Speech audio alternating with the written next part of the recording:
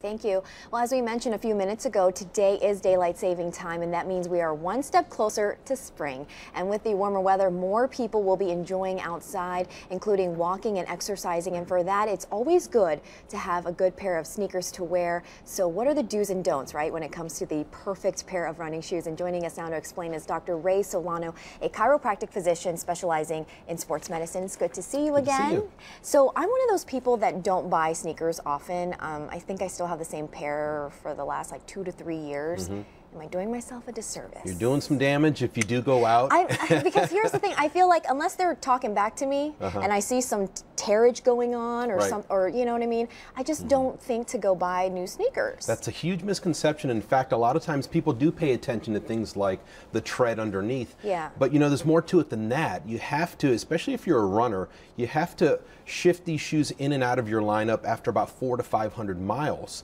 Because even though the shoe may look pretty good from the outside, on the inside it starts to lose its stability.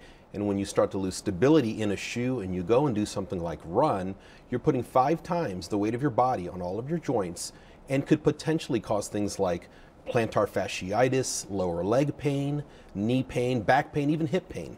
But sneakers don't come with an odometer. We don't know how to keep track of the mileage. I know. How do we really know or feel that it's time? Yeah, well, if you are a runner, if you want to get into running, what I recommend is you write your mileage down, sometimes on the inside of your shoe.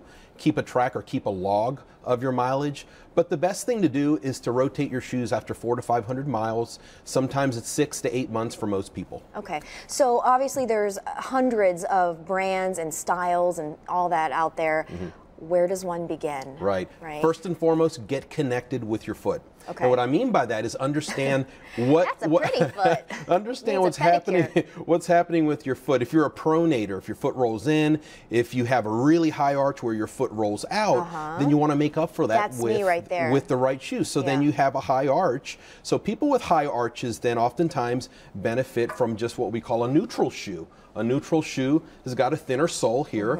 Look how much thin this bottom sole is here compared to someone who really pronates or whose foot really rolls in. Look how wide that sole is there. Oh yes, I do see that. So someone who pronates, which most people do, someone who pronates needs some motion control when they run. And it's not just for runners, it's for walkers too.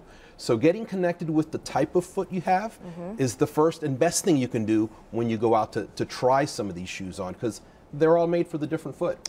Would you advise someone going up a size, or is that dangerous? You know, when your foot hits the ground, your foot does spread a little bit, and I always recommend the patients to get a half size larger for that reason, because when your foot does hit the ground, it just becomes a little wider, everything spreads, and if your toe box is a little larger, it's more comfortable. Yeah, and I know some people are thinking, well, you know, because some of the conditions you mentioned, I mean, how serious can this get for somebody? They can be very serious. In fact, if you're not, you know, aware of your shoe, the right footwear, it can sideline you from running altogether. And sometimes these conditions can take months to heal. So staying on the front side, understanding the right footwear and understanding what the signs and symptoms are for these injuries is the way you want to go. Yeah, and it's not just for runners. I mean, walking, if you're even just fast walking or leisurely walking, you definitely need to have the right pair of shoes too. Especially if you're older, I would think. Absolutely, and if you factor in, you know, where you're walking or where you're running, you know, some surfaces are more uneven, some surfaces are harder than others, so therefore you need